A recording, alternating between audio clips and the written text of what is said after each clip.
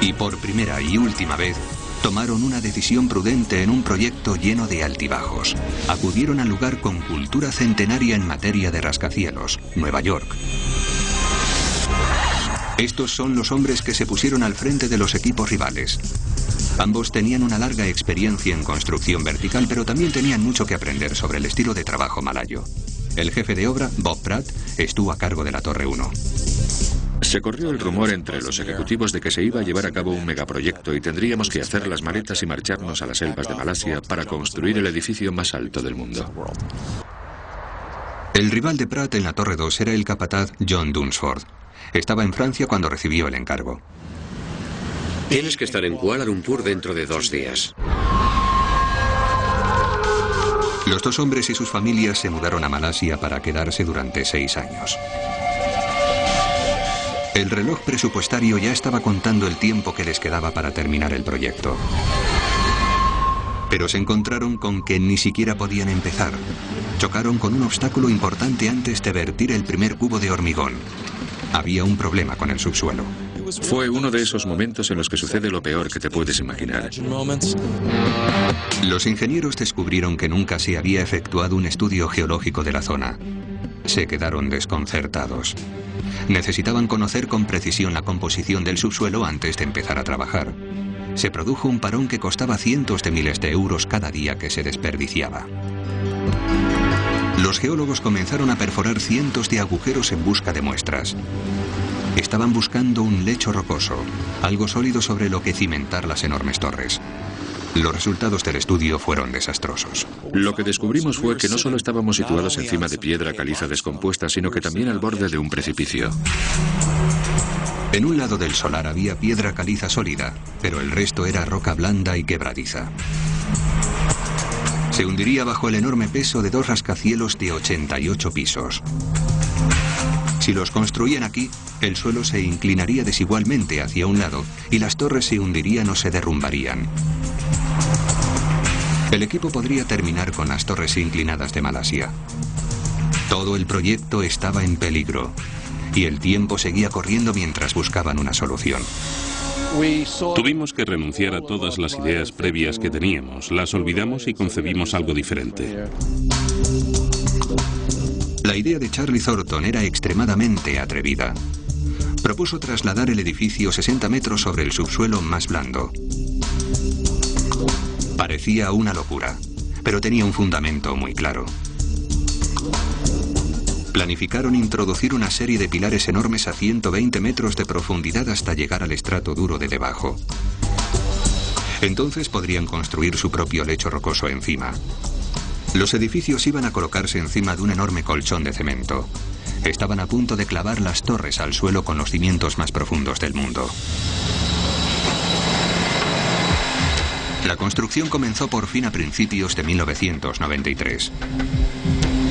La obra de cimentación fue una tarea ímproba en sí misma. Si el hormigón se secaba desigualmente, el colchón se agrietaría y se debilitaría gravemente su capacidad para sostener el edificio gigante que tendría encima. Así que tuvieron que vertir todo el hormigón de una sola vez.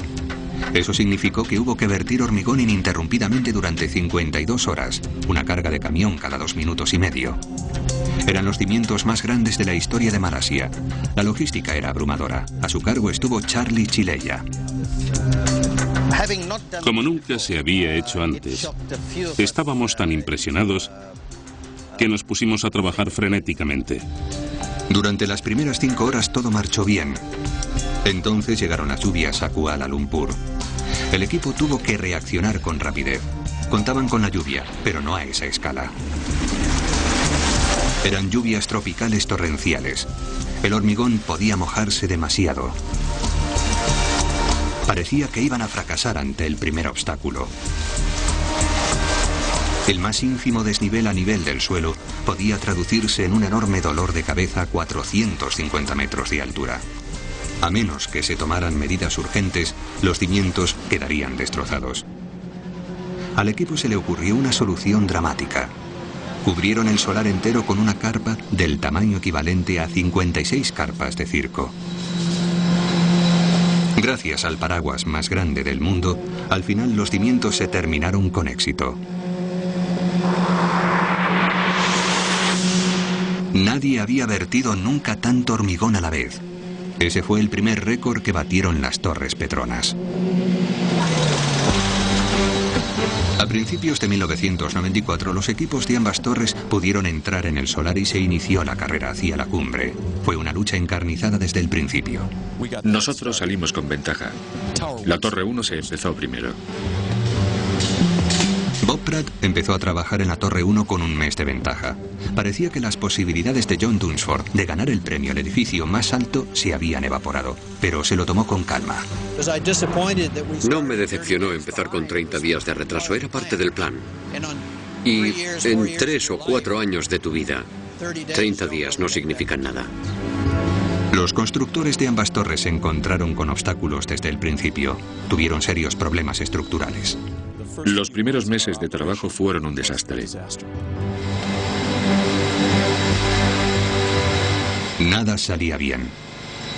Los plazos fijaban que había que construir cada uno de los 88 pisos en solo 4 días. Ellos estaban tardando 8. La rivalidad era cada vez más patente.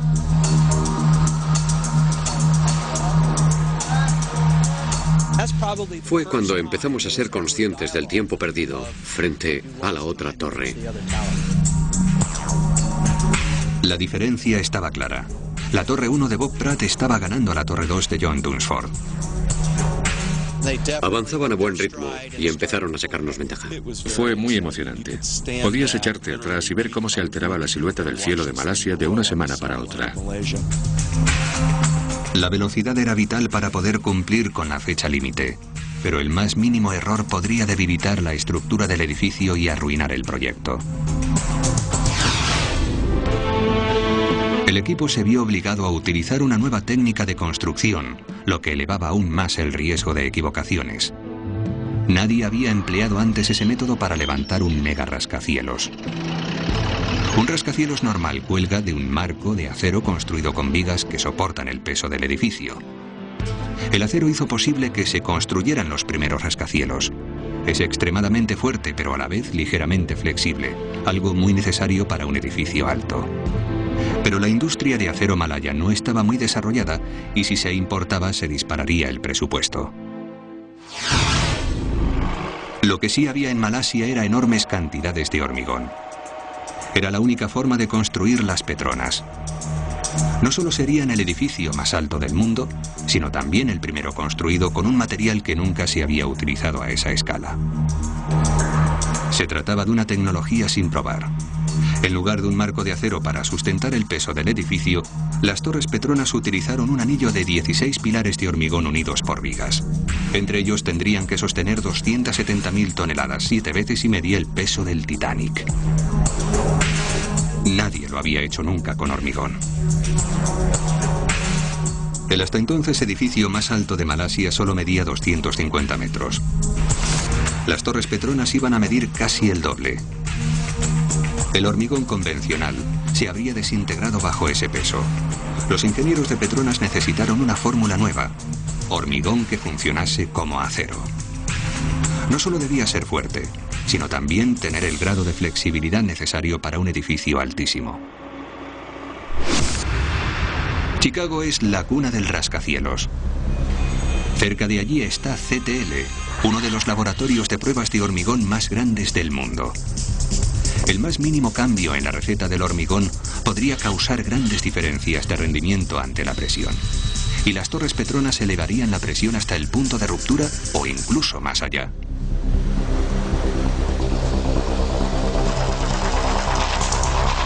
Y encima solo podían utilizar materiales que estuviesen disponibles en Malasia.